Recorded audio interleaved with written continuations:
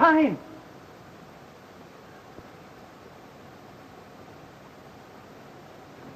What is it, sir?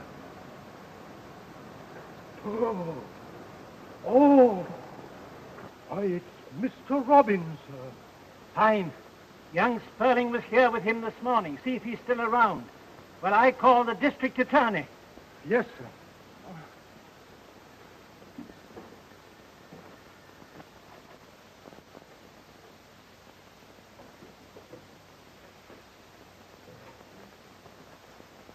Good morning, Professor. How are you this beautiful morning? Terrible thing has happened. A young man, a friend of my niece's, has been murdered at my house. Try to calm yourself, Professor. I'll get Philo Vance on this at once. In the meantime, give me all the details you can over the phone. Well, in the first place, I thought I heard a... It's Mr. Markham, sir. He seemed rather urgent. Will you speak to him? Certainly.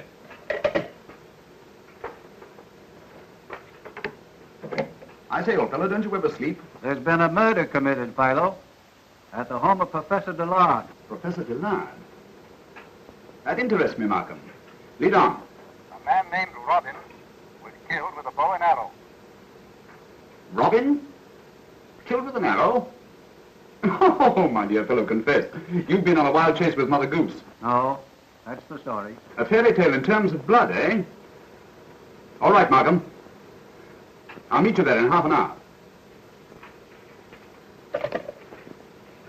Dark suit, dark hat, dark tie, and bring me some more hot coffee. Very good, sir. Yama, look on my reference shelf. Bring me Dr. Elmer's book on archery, the home book of verse, and the German dictionary. Very good, sir. Yeah.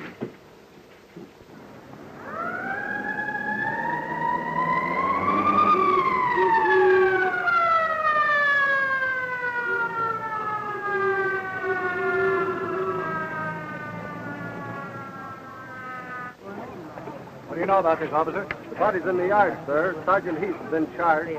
Says he has a case practically solved, sir. Come on, then.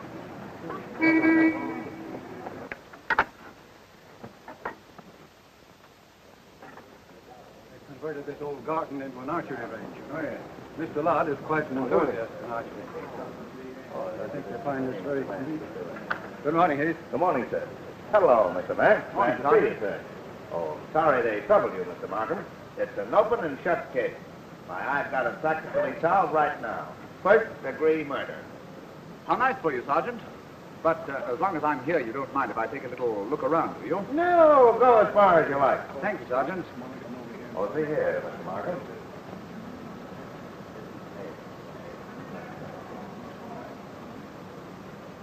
Sergeant, Yes, Mr. Vance. how about the bow that fired this arrow? Well, that was our one best bet. But one of the servants picked it up in the alley here and carried it into the archery room and gummed up the fingerprints. What have you done about Sperling? Oh, we got his address. He lives up Westchester way. A couple of my men are bringing him here now. Very good. Oh, officer, Yes, sir. would you mind illustrating a point for us? Not at all, sir. Now, when I touch you with my stick, I want you to fall over backwards as if you've been hit in the heart with an arrow. Yes, sir. Now stand just where you are. That'll do. Thank you. You ready? Yes.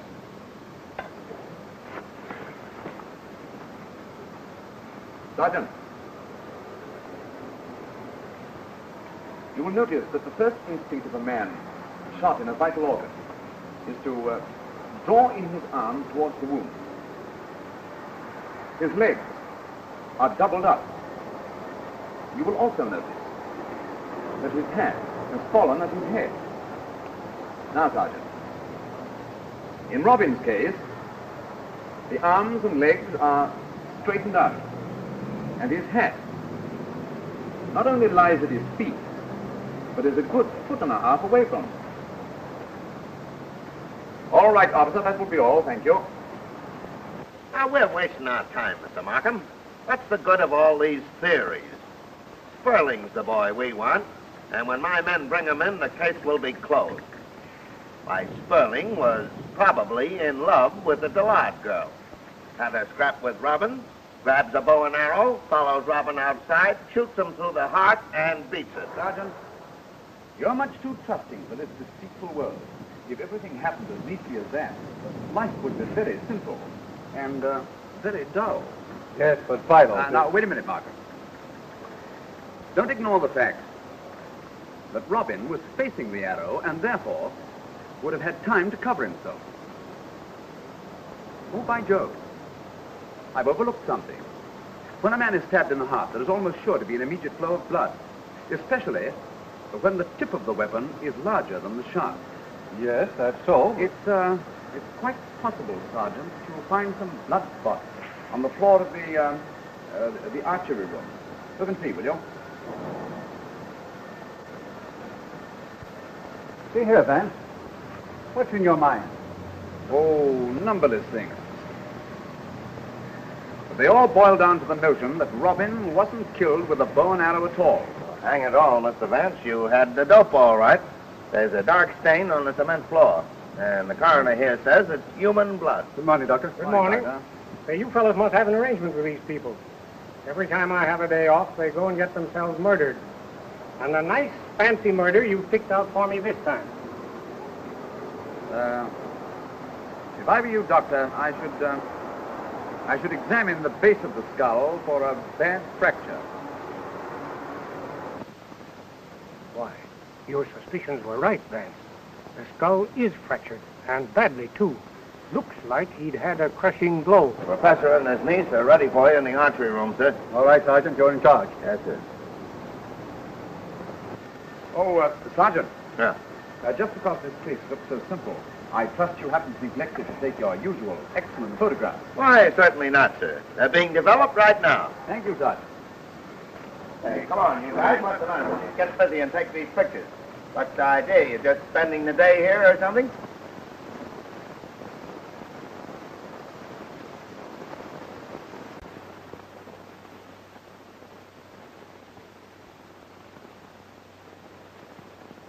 Room is the...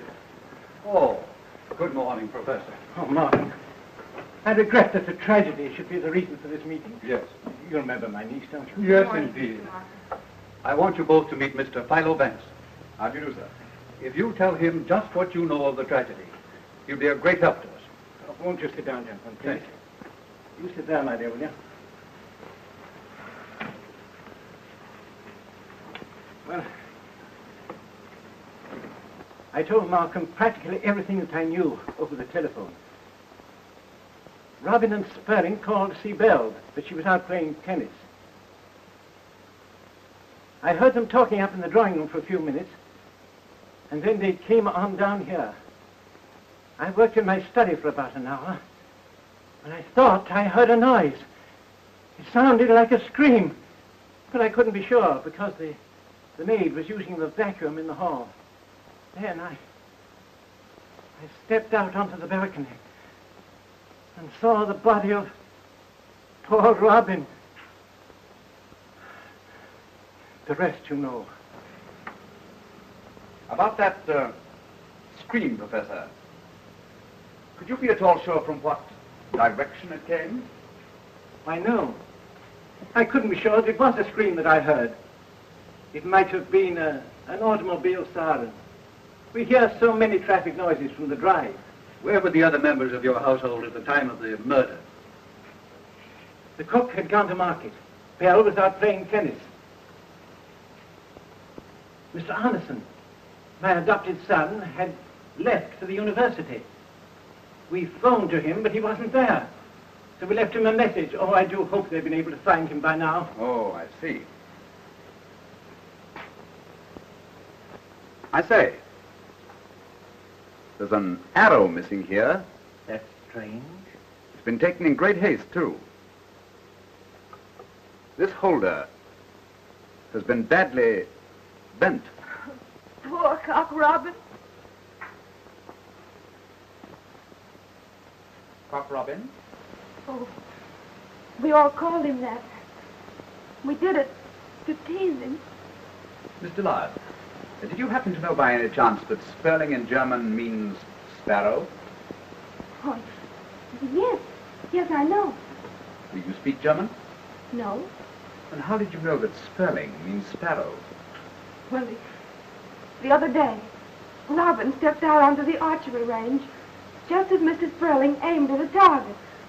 Mr. Arneson was watching and called to Robin, "Be careful. You're a cock robin and that archer is a sparrow." Mr. Arneson seems very well acquainted with his nursery rhymes. Just a minute. Where do you think you're going? I'm Eric Arneson. I live here. I was telephoned for. Of course, if you don't want me to come in, that's all right with me. I'm sorry, I didn't know who you were. Why is this house littered with policemen, who at best are hardly ornamental? There's been a murder, sir. A young man. They've been expecting you, so you'll get the details inside. A murder? Come on, Johnny, come on. Mother, I want to go home because I'm hungry. Hush, dear. Mother's busy. There is Mr. Arneson now. Eric, I'm so glad you're here. Robin's been killed. Robin? Cock Robin. Well, his name was against him, wasn't it? Oh, please, don't be cynical now. For my sake. I'm sorry, darling. And Johnny. Oh, I know how hard this is for you, Johnny. What great pals you and Robin were. I can't believe it. Hello, Markham. Good morning. Morning, Doctor. Mr. Vance, Mr. Arneson. Morning, Doctor. How do you do? This is John Sprigg, one of my students. Oh, yes. Robin was the best friend I had in the world. And I'm going to find the man who murdered him. Taking death tragically is one of the weaknesses of youth. So we have a real murder mystery, have we? Might I be entrusted with the details? Well, where were Robin and Sperling when you left? Downstairs in the archery room. Is that so? Well, did you overhear anything they said? I don't listen at keyholes. Well, little bright eyes, they ought to erect a statue to you for being the first woman who don't. Was there anybody else in the archery room when you left this morning? I thought I heard Mr. Drucker. But he sneaks in and out at all hours of the day and night. Well, now we're getting somewhere. I wish you'd tell me all about this case and let me work it out along scientific lines. Is it a bargain? Of course, we couldn't very well promise to tell everything. It might be indiscreet. Wait a minute. Wait a minute, Markham. I really don't see any reason why Mr. Arneson shouldn't apply his scientific knowledge to this crime. I'm quite sure he can be depended upon. Oh, I'm very dependable. Well, Vance, if you think... Mr. Arneson, the first thing you can do to help us is to tell us something about the Druckers. We're going to interview them next. Well, Miss Drucker is a little, peculiar. Oh, perfectly harmless. She thinks the sun rises and sets in her brother. If I were you, I'd take Miss Dillard along with you when you go to question her. Miss Drucker liked her. Oh, yes. That's a very good suggestion, Arneson. Oh, Bill, darling, look, these gentlemen are going to interview the Druckers now, and I said you go along with them. It'd make it easier for Miss Drucker. Why, yes, dear. And now, if you can spare me for a while, I have some lecture notes I ought to edit. Certainly, Mr. Arneson. Oh, Miss Dillard. Yes? How good an archer is Mr. Drucker? Why, he knows nothing about archery. Oh.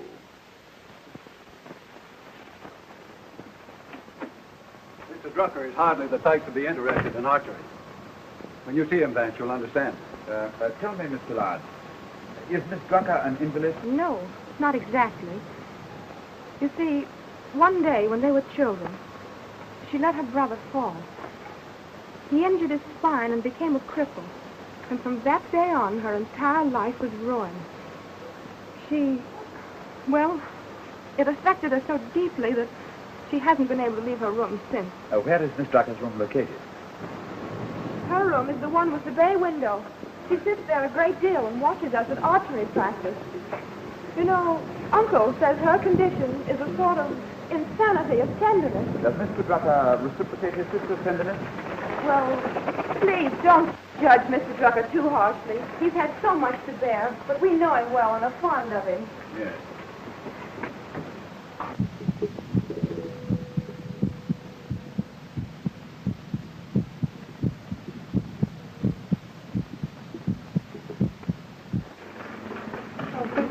Doctor. Good morning, Mr. Nye. Mr. Vance? Yes. I'm Dr. Van Pelt. Good morning, Doctor. This is District Attorney Markham. How do you do? Good morning, Doctor. I have attached a remote stethoscope to my patient to safeguard her, and at the same time not interfere with your questioning. Any undue strain on her heart will prove fatal. So, if she excites herself, I'll have to stop you. We'll be as brief as possible, Doctor. Thank you.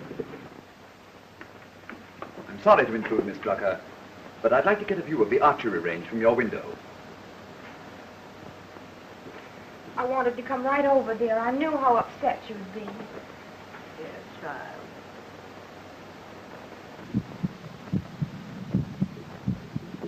Miss Drucker, as your window has such a clear view of the archery range, we hoped you might be able to help us. No. I saw no one. I haven't looked out of my window all day. It's most unfortunate.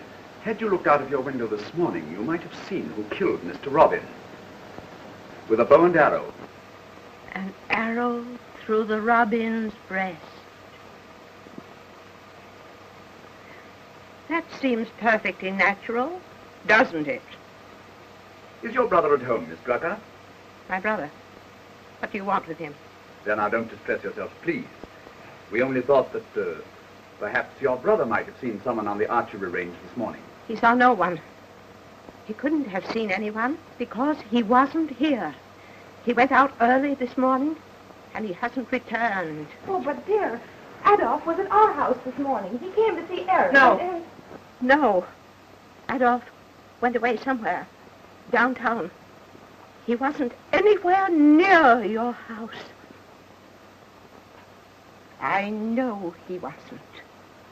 Why, I should have known it.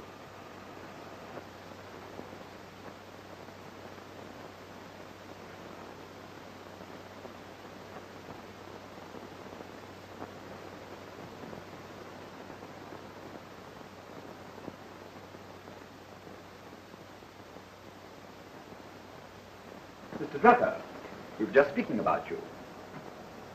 Merely as a matter of form, would you mind telling us where you were between 10 and 11 this morning? The hour of this morning's tragedy.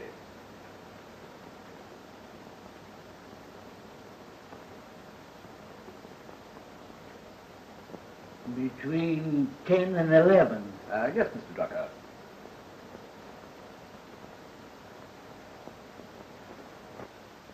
What did you see?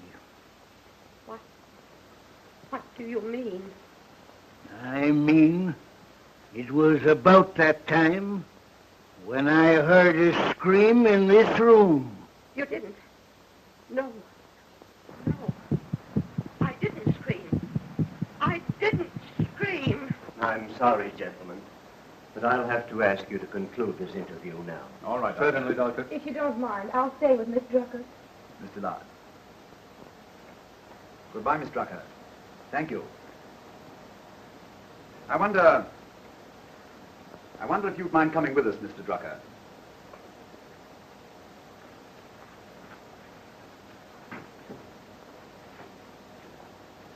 Don't go with them, Adolf. Don't go. They're the enemy. They mean to hurt you.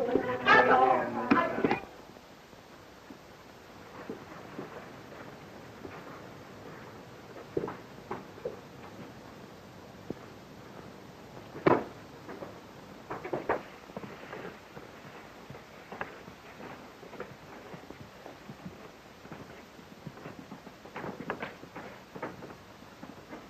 Oh, Mr. Drucker, just what did you do when you visited with the Lard home this morning?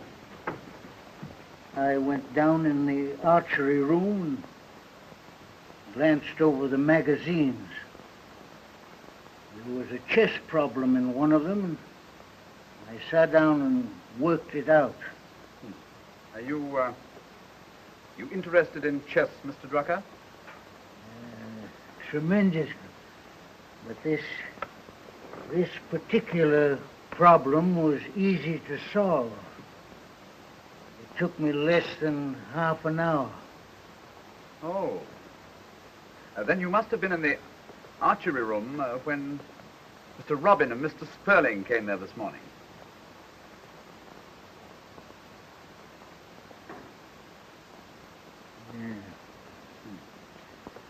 under the impression, Mr. Drucker, that they'd been quarreling? Now that you mention it, there did seem to be a coolness between them, but I left the room almost immediately after they entered. Anyhow, you're quite sure that you heard your sister scream at the hour of the murder this morning? What are you driving at? I tell you, I heard her scream. I don't care whether she admits it or not. I was in my room at the time of the murder, and you can't prove anything different. What has her scream got to do with the murder anyway? Didn't she tell you she saw nothing? All right, Mr. Drucker. That will be all for the present, thank you.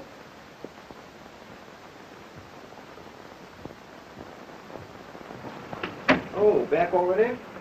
This is Mr. John Pardee, the famous chess player. How do you do, Mr. Pardee? These gentlemen are Mr. Markham, the district attorney, and Mr. Philo Vance. I trust I'm not intruding, but I perceived that something unusual had happened here. It occurred to me I might be of some service. Occurred? My dear Pardee, I've no doubt you were hanging out of the window all morning, panting with curiosity. May I be permitted to see Professor Dillard? Professor Dillard's had a very hard morning. Certainly, Mr. Pardee. I think you'll find him upstairs. Oh, thank you, thank you. Oh, Mr. Pardee. Yeah? How good a chess player is Mr. Drucker? Why, he isn't really a player at all, though he thinks he is. Of course, he has some understanding of the theory of the game. Oh, yes.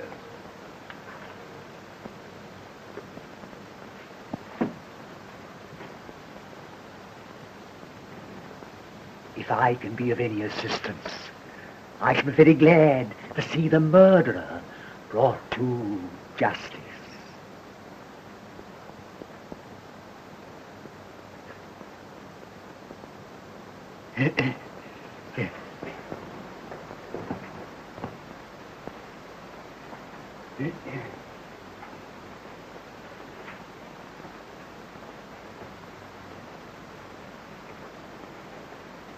Here's a funny one, sir. The officer outside thought he'd take a peek in the mailbox and found this. Read that.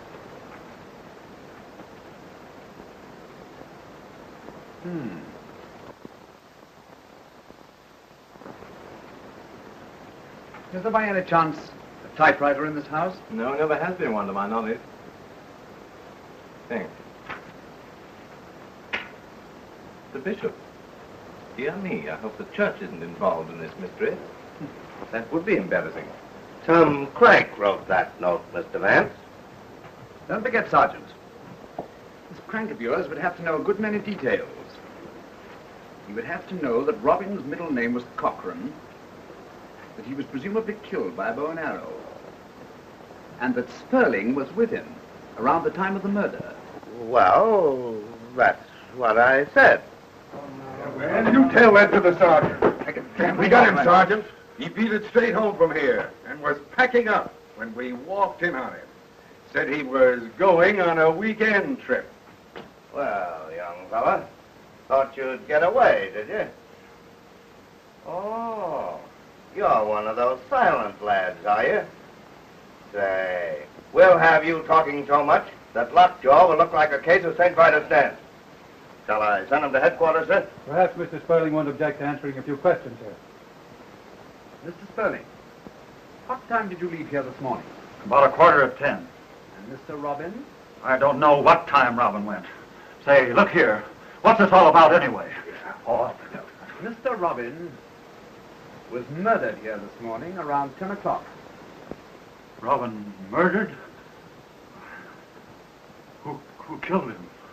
We don't know. Yes, he was shot through the heart with an arrow. Mr. Sperling, would you let me see your right hand? No. Easy now, easy. What?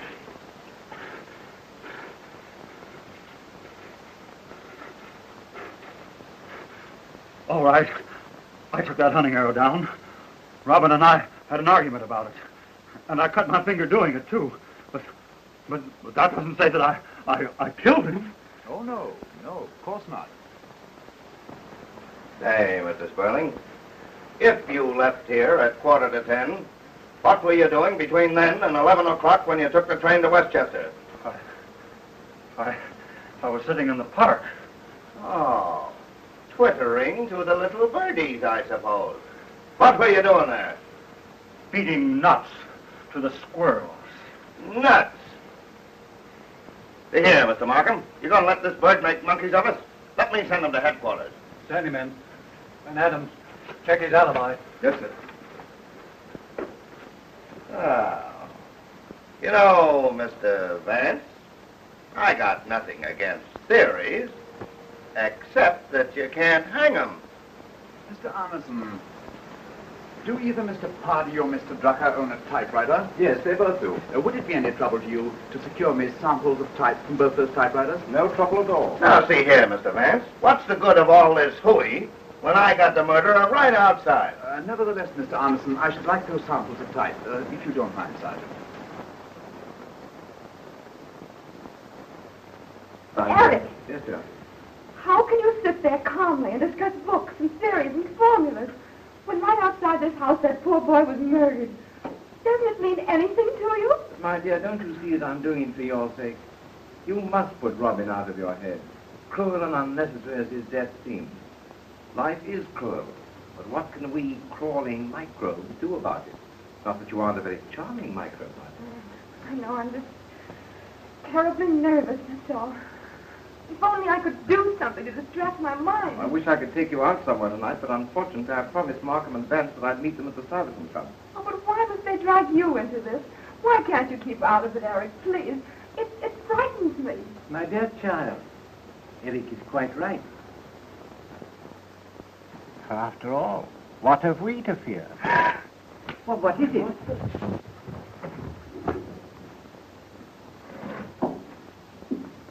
Drucker, what the deuce are you doing out there?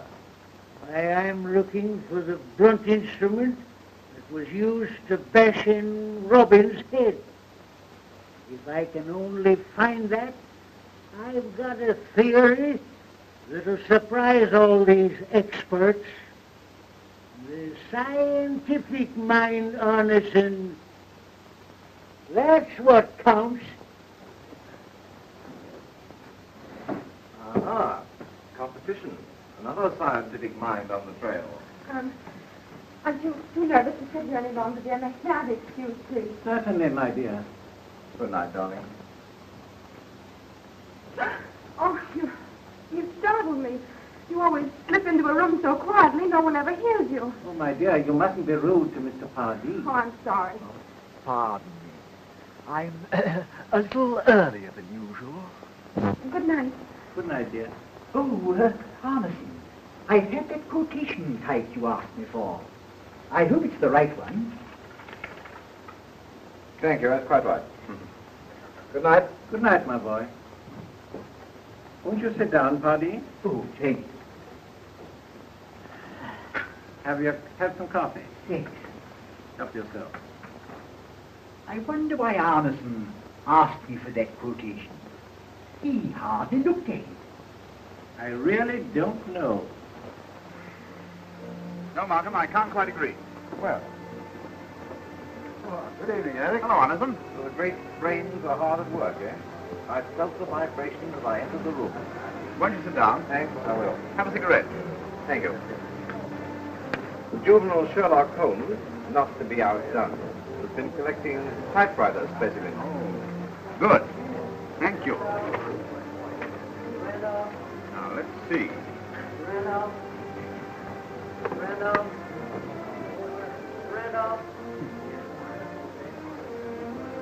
The style of the uppercase G used in the Bishop note was changed before either of these typewriters was put on the market. And the E, the most frequently used letter of the alphabet, is out of vertical alignment. Evening, Chief. Oh, evening, gentlemen. Good evening. Pardon me, gentlemen. Will you have some coffee? No, thank you. Or some nothing. No. This was received by the World in the last mail. The Herald and the Times got copies, too. See the station number? This was mailed from the neighborhood of the murder. It was also mailed after you put Sperling under arrest. Bishop was afraid the public wouldn't get his joke, so he explained it to the press. Now, the thing to do is to analyze the person with a type of mind that would define himself as Bishop. I saw several chess bulletins in the Dillard archery room this morning. A bishop is a very important piece in the chess game. I wonder if that's what it means. No, you're wrong, Wes. The bishop's signature is undoubtedly the workings of a mind deranged by religious mania. Isn't that your reaction on it? Yes. And no. I can imagine an insane mind would use a chessman or a churchman. Gentlemen, I think we're all wasting our time. There are enough suspicious elements in this case to warrant our making arrests. And I propose to act, not sit here all night and theorize. My dear Markham, the people have invested you with the power of action. But if you insist on plunging in wildly and making reckless decisions, well, you'll have to make them alone. But I shall withdraw from the case. You know, gentlemen, this is no ordinary crime, and we cannot proceed in an ordinary manner. Mark my words. This is not a single murder that we are trying to solve. It is the beginning of a series of murders, ghastly and inhuman.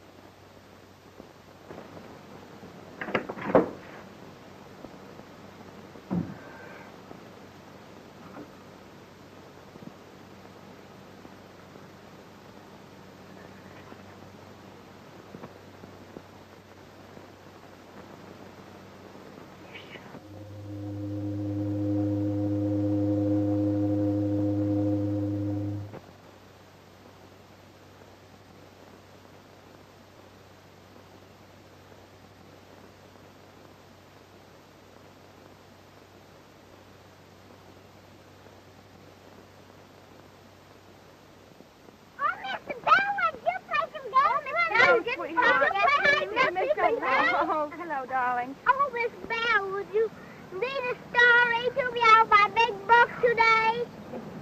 Sweetheart, Miss Bell hasn't got much time, darling. Ah, just one. Well, maybe just one little one, huh? Yes. All right. All right. There we go. Oh, my goodness. All right. Oh, who said I was going to read to you, huh? Who said so? All right, well, fine. Sit down. That's it. Oh, boy, we want to hear, don't we? Hello, darling. Everybody's here today, huh? Yes, darling. Well, tell me now, what would you like to hear, huh? I'd like to hear Jack and Jill. Oh, all right. I'd like to hear Little Pete Robin. I'd like to hear Cinderella. Well, now, here's one. Here we go. Cinderella, too. All right, now, listen. I don't like Listen, everybody must keep quiet. Jack and Jill went up the hill to fetch a pail of water. Jack fell down and broke his crown, and Jill came tumbling after.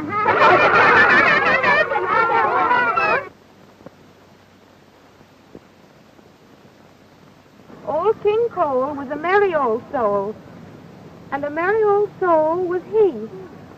Are you looking for somebody? Mm-hmm. But he'll be here in a minute. He called for his pipe, and he called for his bowl.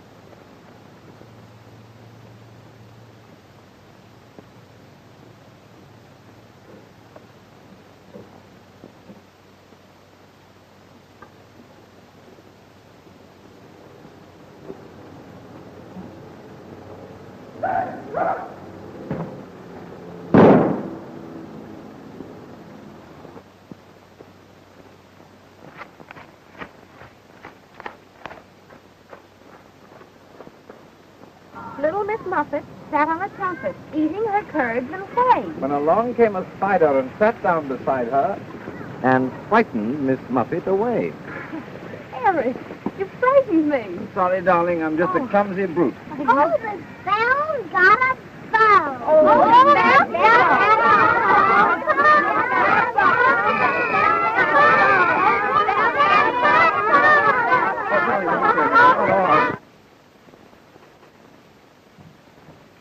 Morning, Anderson. Why, home. And Dr. Watson. What's this I hear about Johnny Sprigg being shot? Well, there's nothing much to tell except that Johnny Sprigg was shot this morning with a little gun through the top of his head. More storybook nonsense. What a pity his parents called him Johnny. It sealed his doom. Brilliant student, almost a genius. An extraordinary thing happened last night, Anderson. The murderer visited the Drucker household around midnight and left a black bishop from a chess game at Miss Drucker's door. A chess bishop? Well, that clears the church anyway. Just as a customary routine. Yes. Would you mind telling us where you went last night, after you left us at the Stuyvesant Club? That's easy. I dropped in at the theater to see an Ibsen play, an old favorite of mine. When I got back, the professor was still up writing. Pardee and Drucker had been visiting him. Pardee had shown him one of his chess problems, and he and Drucker had quarreled about almost every position on the board. Pardee had gone on to his chess club. And at what time did you arrive home from your theater? A little after midnight. Too late to have distributed chessmen to the neighbors. I'm sorry to disappoint you. You're not necessarily under suspicion, Anderson, No. but you can help us by answering some questions. Glad to. Are there any revolvers in this house? No. No revolvers, no sliding panels, and no secret stairways. And you say that Mr. Pardee went straight from here to his chess club? Yes. And I assure you that Mr. Pardee is the last man in the world to suspect as a murderer. Oh, yes. Yes, I'm sure of it. But we mustn't hurt his feelings by neglecting him. No. So I think we'll pay Mr. Pardee a little visit. Yes. I should think that a chess expert would be of great help to you in solving the crime. Mr. Vance, oh, I'm so glad you're here. Some dreadful thing seems to be happening to everyone that comes to this house. I'm afraid. I'm afraid for all of us. Something keeps saying to me, which of you will be next? My dear Mr. Lard, our problem is to match normal thinking against the abnormal scheming of a criminal mind.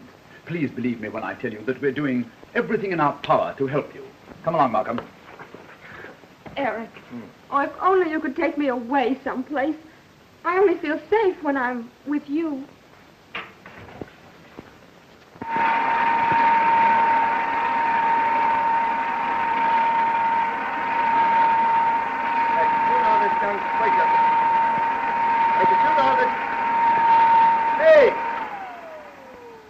Did you know this young Sprigg that was shot this morning?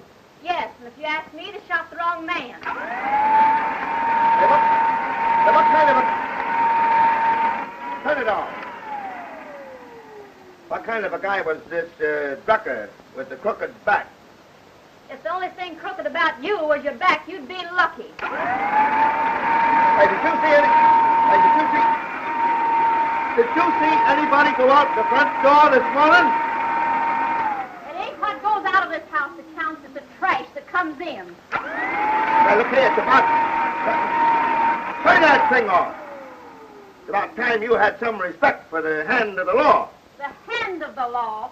The only thing I ever see around here is a lot of flat feet. Oh, is that so?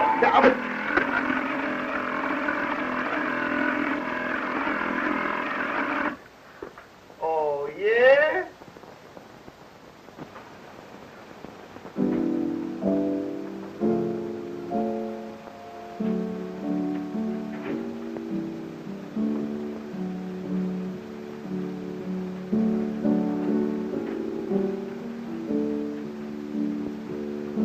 I wish you'd come down to earth and admit that we have a good circumstantial case against Drucker. I'm not so sure that we have. Who else could have done it? Sperling's out. His alibi sounded crazy, but it was okay. feeding nuts to squirrels. And so he was. He left enough peanut shells to have fed an elephant. That's a pretty little thing you're playing, Mr. Vance. One of my favorites. It's the Nutcracker Suite by Tchaikovsky. Oh, Tchaikovsky. Yes. I don't know. You may be right, Markham. But my chief objection to your conclusion is that the case against Drucker is too easy. I wish I had more cases that were too easy. Remember, our criminal is super sane. His acts are not senseless. They are hideously perfect and precise. Consequently, that same mind would never permit the case against him to appear as easy as our case appears against Drucker. How are you going to reconcile Mother Goose rhymes with a super sane mind? The grim humor of an intellect which says cynically, behold, this is the world you take so seriously. Life is a child's game, hardly important enough to make a joke about. You'll find that's a sound theory, Markham. Well, theory sure makes swell talking, Mr. Vance.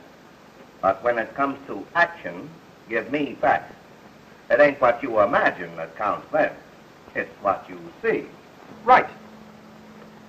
Right as usual, Sergeant. But it all depends on what you see. For instance, I can see that tonight you took a young lady out to dinner. That you didn't have enough money to pay the bill. That when you told her you were coming on here, the young lady became tearful, and you promised to join her later. Oh, come now, It's Vance. all quite simple, Markham, really. I know that he took a young lady out to dinner because he shaved since this afternoon.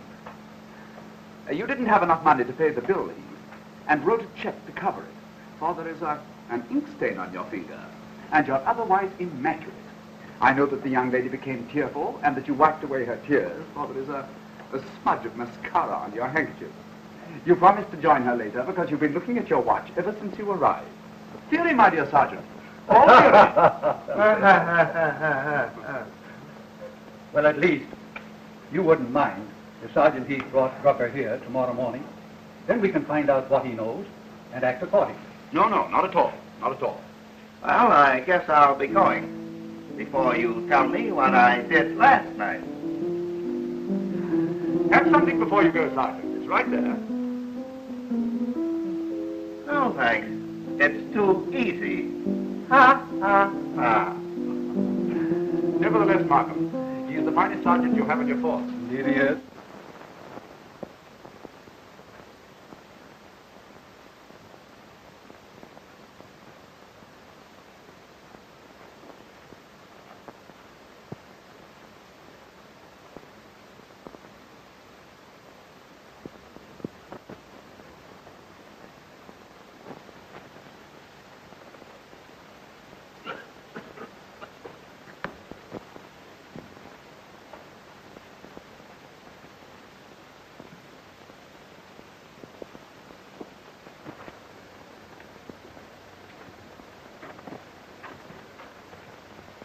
What a terrible fog over the river. I can never remember the fog being so thick before. You know as well as I do. Confidentially, Professor, don't you think that Pardee has been acting rather peculiar of late? You know as well as I do. Pardee was always strange. He's worse than ever. I think he's responsible for those detectives snooping around. I don't think so.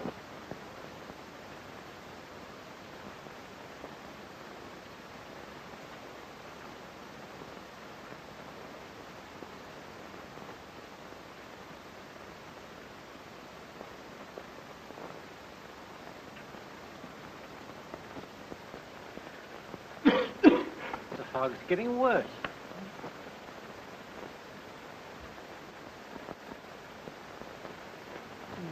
Good evening, Professor.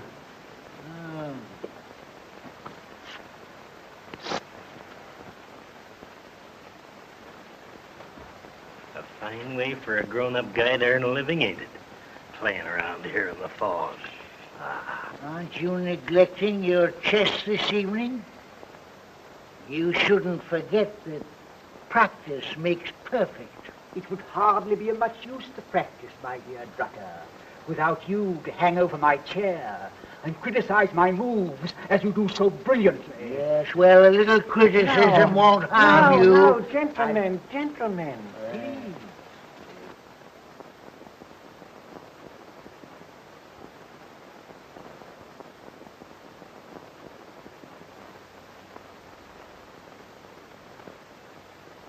I wish there was some way to be comfortable around here.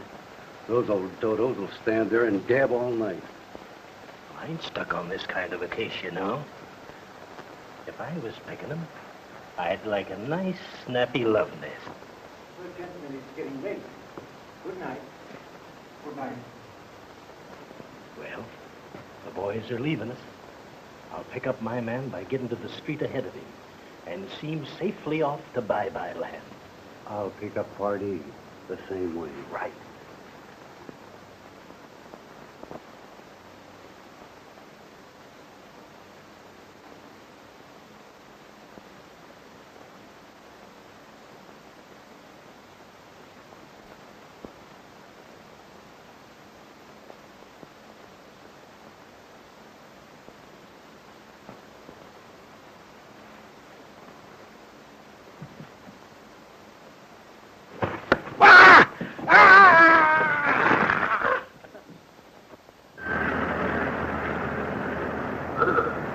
Some kids in the park found the body about 7 o'clock this morning. The doctor said he must have fallen off the wall about 10 o'clock last night. Killed instantly. Has Miss Drucker been notified? No, I told him we'd attend to that. Drucker was our principal clue, and he falls off a wall. Falls off a wall. A hunchback falls off a wall. Humpty Dumpty sat on a wall. Another Mad Mother Goose rhyme. Well, I sure gotta hand it to you, Mr. Vance. You're right. Here's another one of these goofy notes. I'm gonna wake up some morning thinking I'm little Bo Peep and start chasing sheep. The world. Humpty Dumpty sat on a wall. Humpty Dumpty had a great fall. All the king's horses and all the king's men cannot put Humpty Dumpty together again.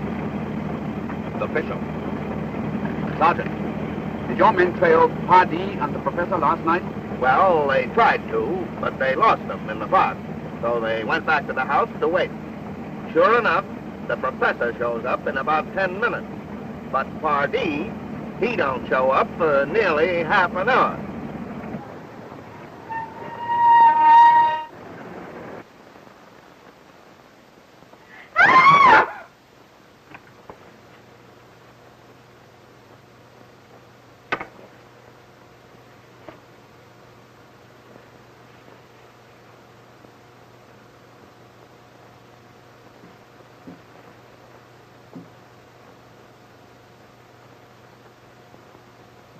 Miss Drucker is dead. Her poor heart gave out. Some sudden shock. She must have known. If we knew the exact time, it might help us. I should say it was within a few minutes of her brother's death.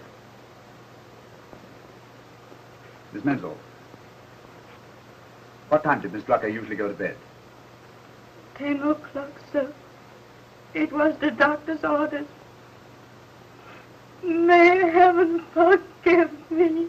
I sent off last night myself.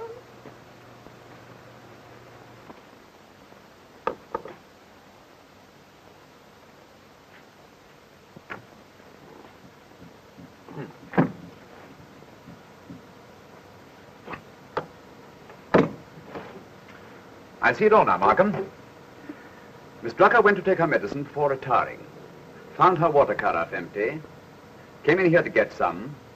Was surprised by her brother's murderer, who then forced open this desk to obtain something of Drucker's that he knew to be of value. That's all, Mrs. Menzel. We'll attend to arrangements here.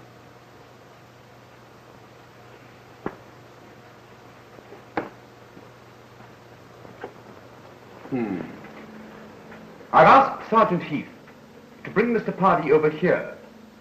If you don't mind, Professor, I'd like to question him before you. Oh, I hope nothing that I have said will cast any reflections on Mr. Pardee. I should be terribly distressed. Not at all. Merely a formality.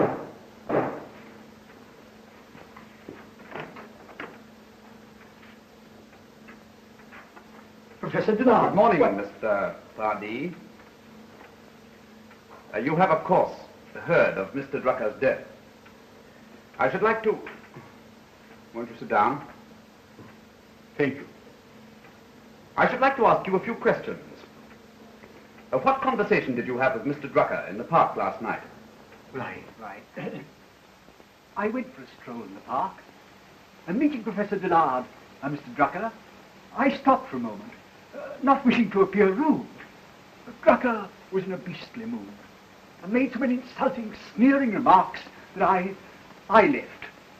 Mr. Pardee, can you explain to me why you arrived home so much later than Professor Dillard? When you both left Mr. Drucker at the same time. I sat down by the 79th Street entrance and smoked a cigarette. Rather a foggy night to sit on a park bench, wasn't it, Mr. Pardee? Anyone see you sitting there? Rather a foggy night to depend on eyewitnesses. Wasn't it, Mr. Vance? Certainly, Mr. Pardee. My mistake. That will be all for the present.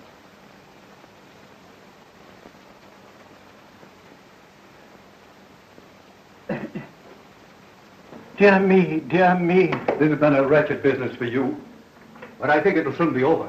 I just heard the sad news. Frightful business, isn't it?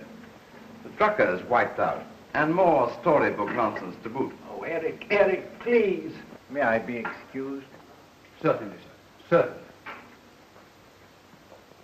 Sergeant, he tells me that one of his men saw you walking toward the park last night around 10 o'clock. That you didn't return for an hour. Just as a matter of form. To please the sergeant here. What were you doing in that time? I mailed a letter at the other end of the park. Yeah? Well, where was the letter addressed? So we can be sure that it gets there safely. China. China? Ha! A classmate of mine is an instructor in the University of Peking. Arneson? Yes. What was the scientific formula that Drucker was working on? Oh, a tremendously important thing.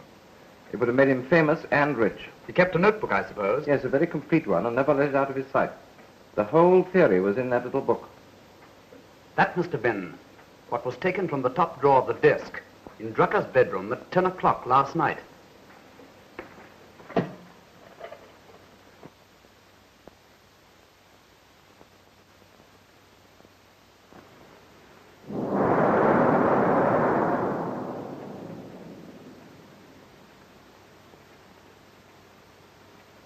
Drucker was always standing behind me, criticizing me, and I hated it. Yet tonight, it seems odd not to have him there.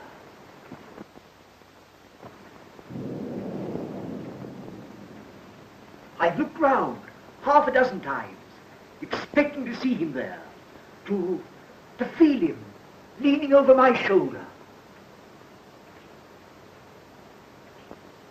Perhaps the fact that you disliked him so in life makes you regret his death the more.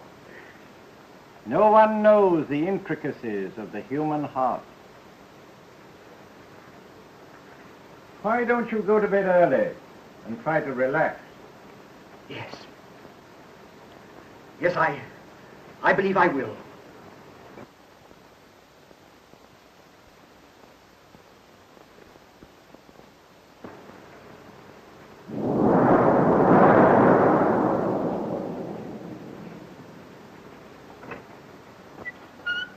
Good night. Good night. Oh, phew. It's raining outside, sir. Will you permit me to escort you across the street? Oh, thank you. It's very good of you.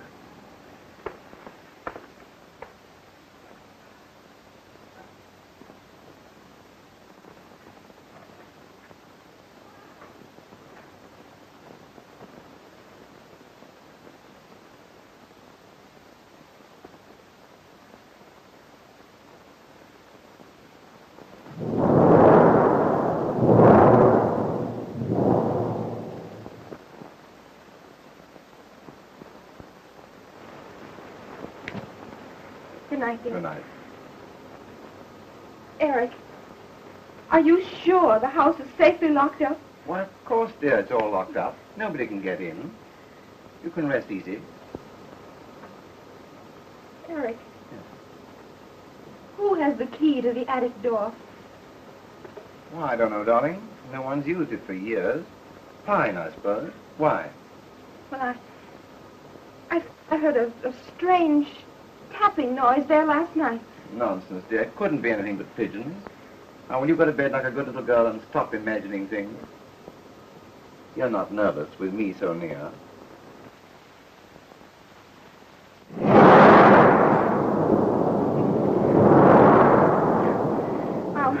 I'll try not to be silly. Good night. Good night, darling.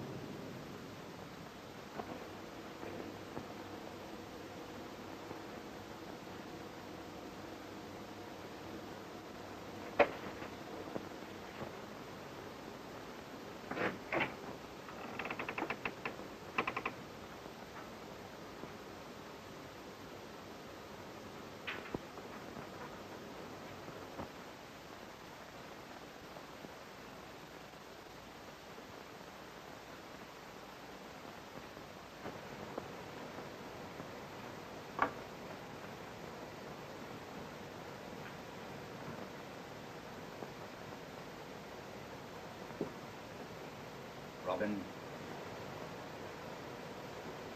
Sprague. Drucker.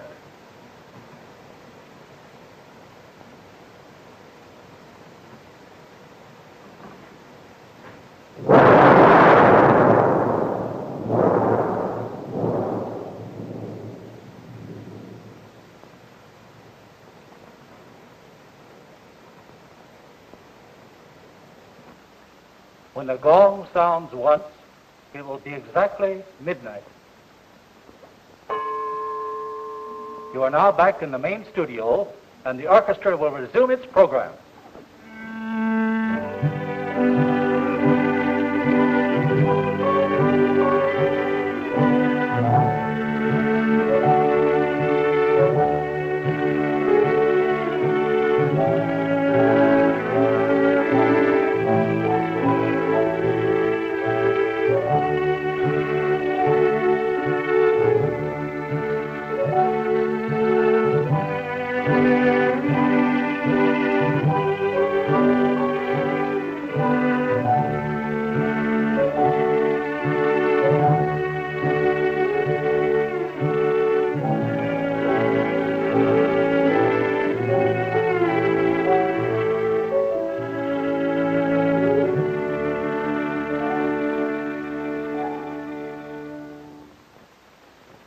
Very well, Mr. Markham. That's all.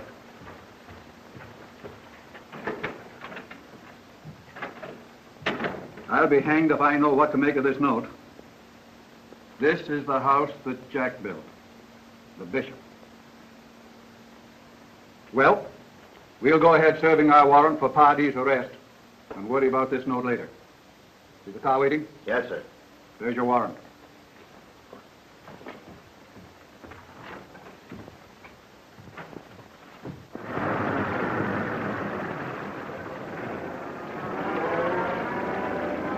What's wrong, Manny?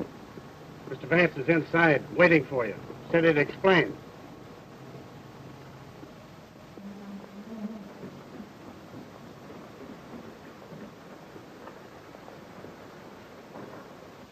Complete relaxation is essential at a time like this.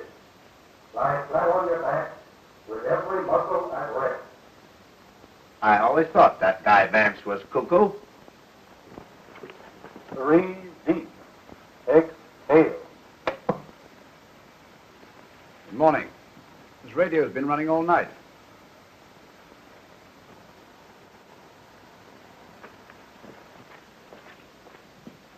And now, Pardee, How did you know about this, Vance? A reporter from the Times came to see me this morning and brought me the latest bishop note. It occurred to me at once that John Pardee was Jack and that he'd been murdered.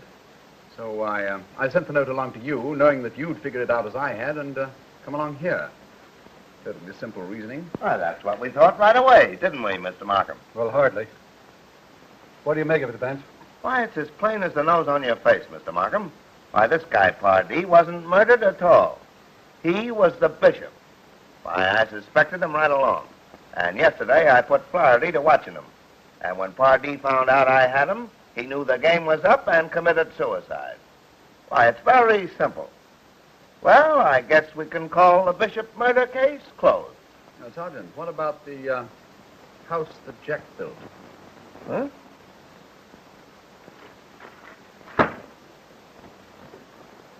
See, it collapsed when I barely leaned against the table. And yet, it didn't topple over when Pardee fell across it. Well, what of it? Don't you understand? The house of cards was not built by Pardee, but by the murderer, after Pardee was killed. That's just what I thought. You say that this chess table is set up just as he left it last night? Precisely. He was the last man to touch it. Curious. These chessmen are set up just as they were the night he resigned the contest at the club. The Black Bishop is one move away from a checkmate.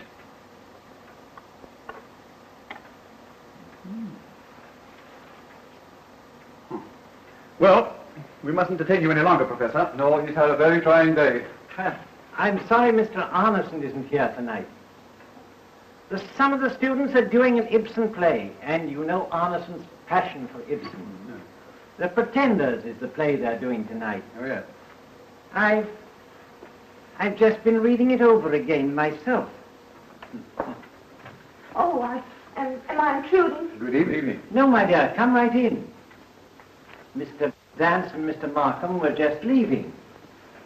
They've been asking me if I had any opinion to give on this tragic affair.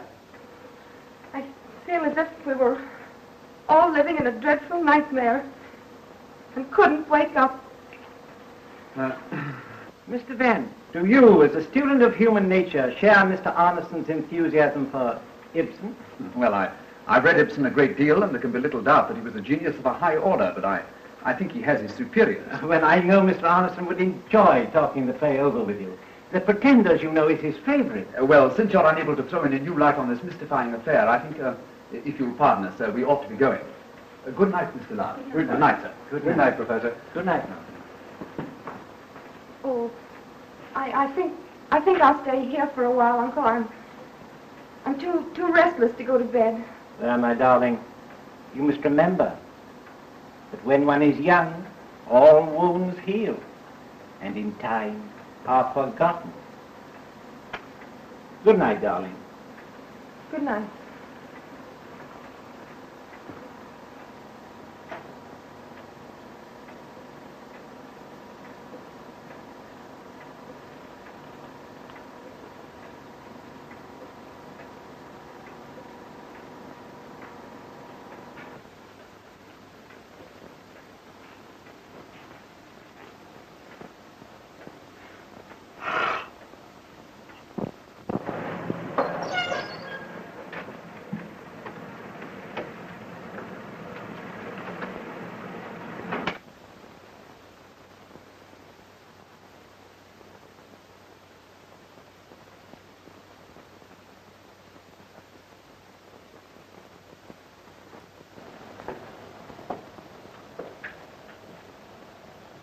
As I see it, Markham, the professor was trying to convey some suggestion to us without actually putting it into words.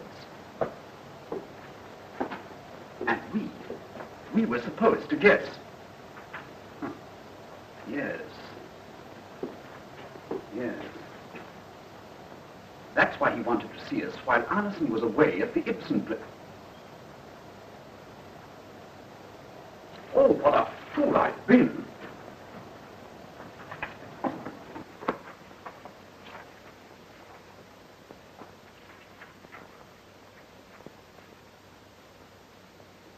Markham. Markham, come here. Look at this. Arneson. Bishop. That's what the bishop meant. It had nothing to do with chess. He meant to tell us that Arneson was the bishop. Arneson. We haven't a moment to lose. We've got to get back to that house at once. You're right, Markham. Now that we've been told who the murderer is, it makes us partners in crime if we permit innocent people to spend even another hour under the same roof with him. You'd better telephone to Heath. Right.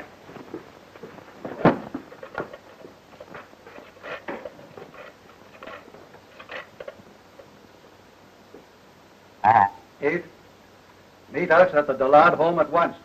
Bring a couple of men with you. We'll take my car and go through the park. We'll make good time.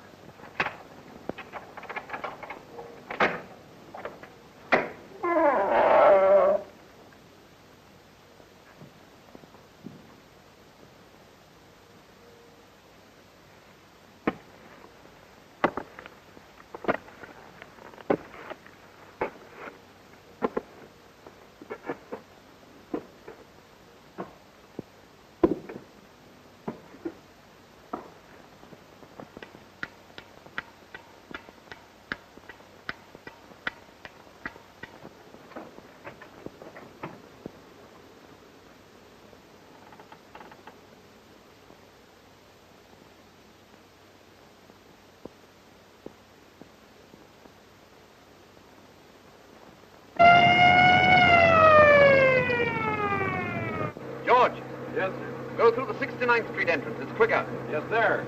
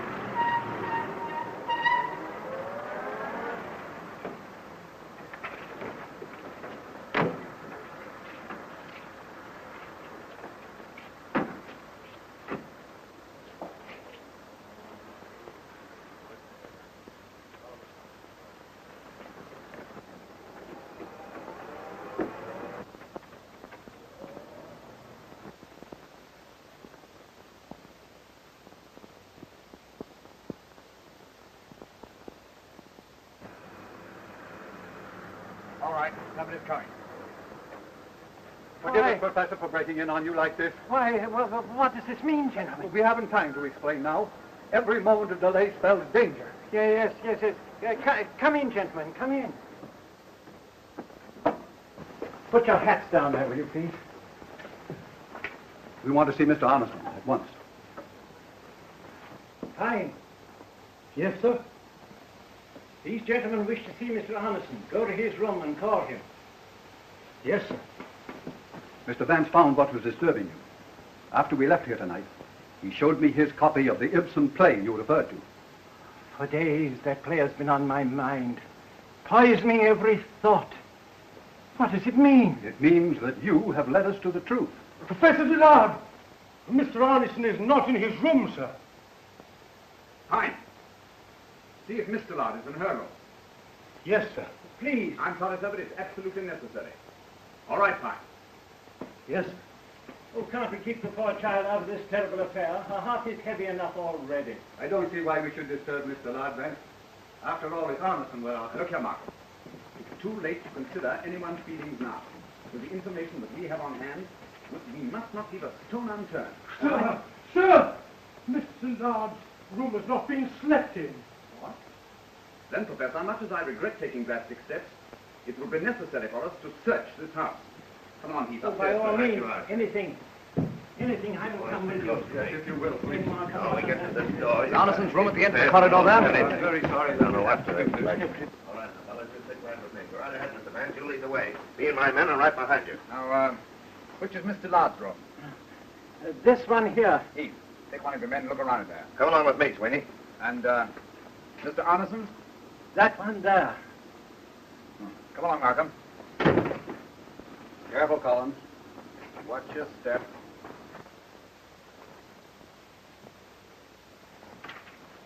It's nothing but the wind.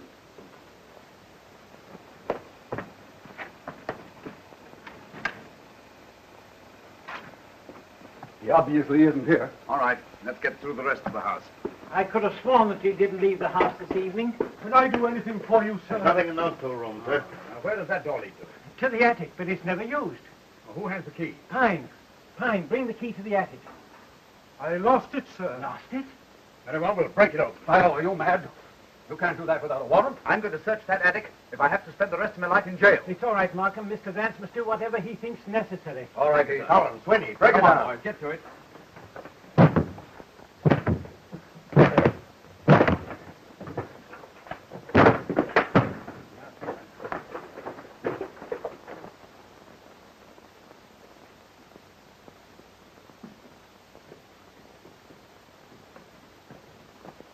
Right.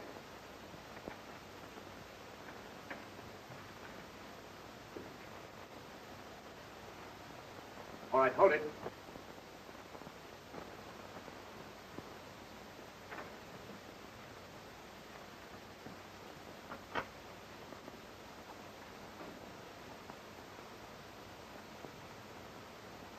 The chimney of this lamp is still warm. You were certainly justified in breaking in here. I agree with you, Markham. Oh, this is incredible.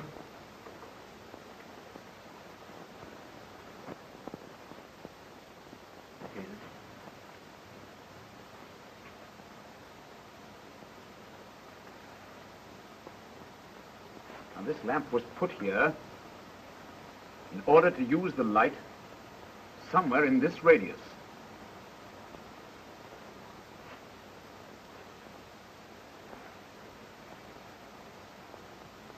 Now, let me see.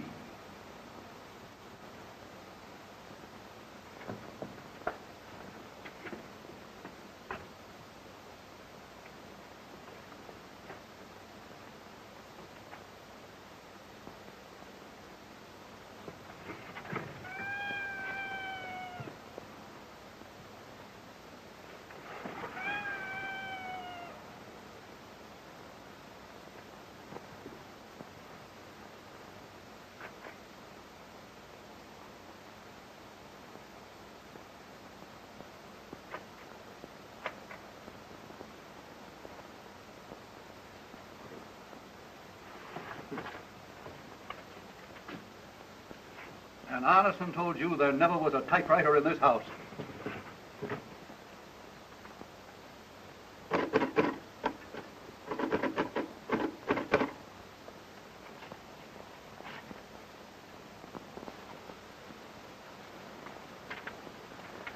The same type as that used in the bishop's murder notes.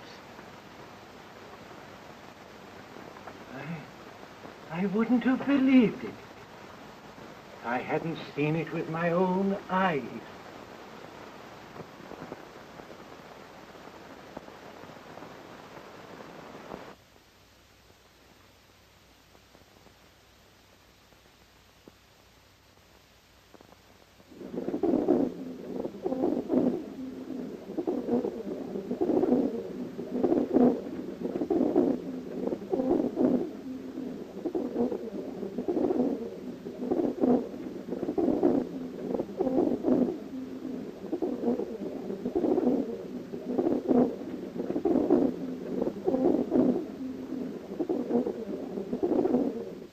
I don't understand, Markham. Well, it seems that we something... can't accomplish anything more now.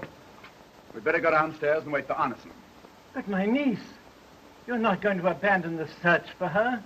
Why, nothing matters until we find her. And I warn you, if she has come to any harm to Arneson, I shall not be responsible for my actions. Please control yourself, Professor. We all understand how deeply you feel. But we cannot find your niece except through Arneson. Why, he and is you a... must control yourself when you see him. And let us handle this in our own way. Oh. Very well. Gentlemen. Take charge of the typewriter, boys. Yes, sir.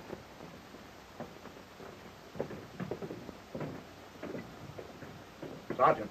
Yes, sir. No. Yes, sir.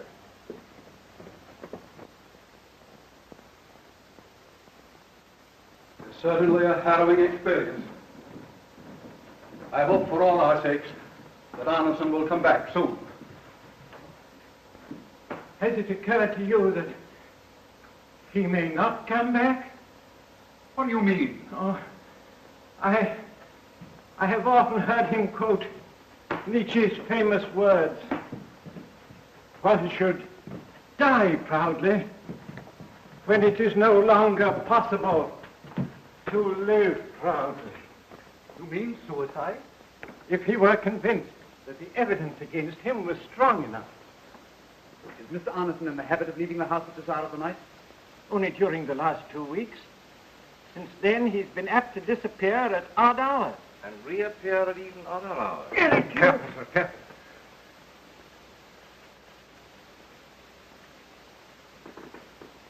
You see the words, the bishop, written there?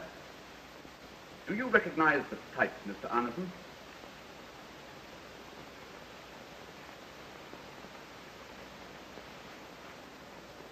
I thought so.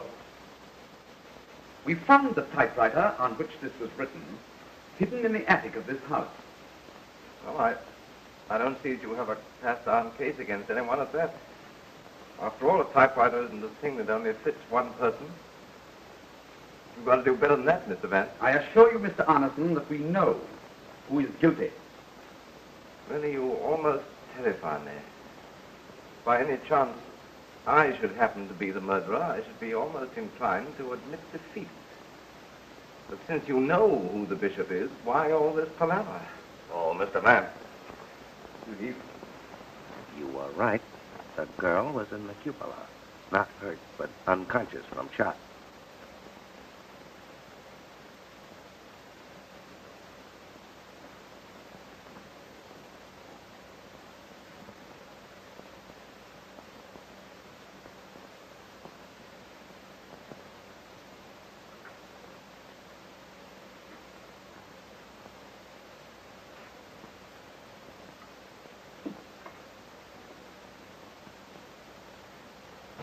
And the worst of it is, Mr. Vance, she don't know who did it. Very good, Sergeant. Yes, sir. Well, Professor, it's been a very tiring night for all of us. And I'm sure we should be most grateful to you if you'd offer us a glass of your excellent port. Oh, why, certainly. I'm not quite myself tonight. Thank you, sir. Markham? Thank you. I hope this horrible business will soon be over, for your sake. You're bearing up wonderfully. You'd put to shame a man half your years. Well? Since when have I been a teetotaler? Help yourself. All right.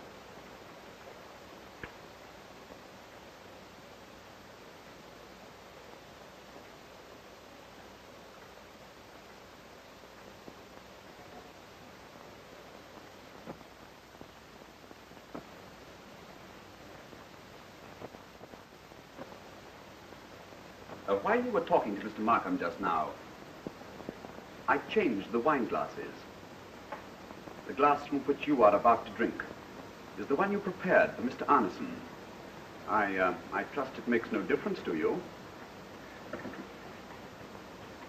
And what would you say if I told you that we had found your niece, and that in spite of all precautions, she recognized the man who seized her?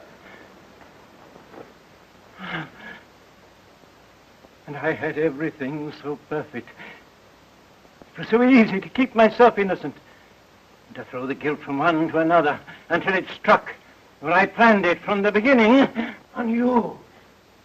You who robbed me of the only things that I lived for. My fame as a scientist. The affections of my niece.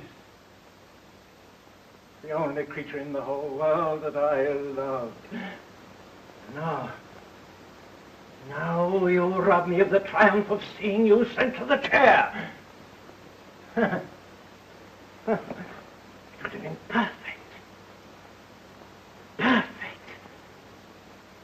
But for you, fools, idiots, children, all of you, baffled by Mother Goose, 3 blind mice. Vance, don't let him drink it.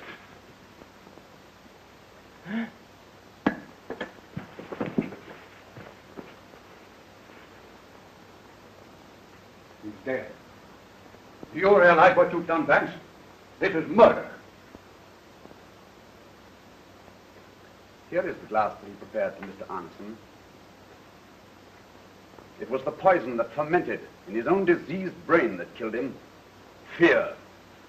Vance, I've been suffering tortures. For heaven's sake, what's happened to Belle? No, that's all right, Arneson. She'll be here in a minute. She surprised the professor in the attic tonight, and he locked her up safely until he could get you out of the way. She was in no real danger. She was the one person in the world that he never would have harmed. But he certainly prepared us for your suicide. You see, he could then have explained things in his own way and been the only one left for her to cling to. Oh, yes, one other point.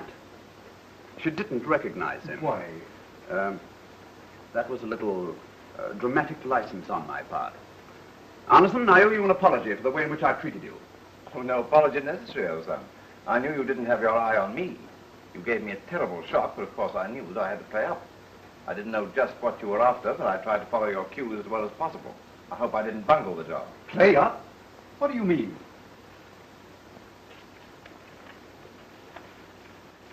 Pretend you are guilty, trust me, and play up. Well, no wonder you acted guilty. Tell me, Vance, how did you know that the professor intended to poison Arneson? When I followed you down the stairs just now and heard him preparing you so carefully for Arneson's suicide, I was more than ever on my guard. I gave him his opportunity by going to Heath at the door and watched him in this. Of course, I knew he hated me. He's been losing his intellectual grip. For months I've been doing all his work for him, and he loathed me for it. Then, too, he felt that I was robbing him of Belle. But what diabolic hatred to kill 4 men in order to send me to the electric chair. Well, the 4 were not intentional, Arneson. He meant to hang only the Robin murder on you. But something went wrong. You had an alibi that he didn't reckon on. Sprigg was the next. That seemed to him the perfect crime. He was your pupil and close friend, and everything went off just as he had planned it. But then, he made the frightening discovery that Drucker had seen him kill Robin. Miss Drucker, too, perhaps. That knowledge destroyed what little sanity was left in his diseased brain, and he killed Pardee. He became a killer with one obsession: to see you convicted of these murders and paying the supreme penalty. Eric. Belle, my poor darling. Well, Mr. Vance, we did it again. Don't think that, Sergeant. Why not? It's poison. And I need it for evidence. Well, thank you, Sergeant, for your assistance. Well, you're a good detective, too, Mr. Vance.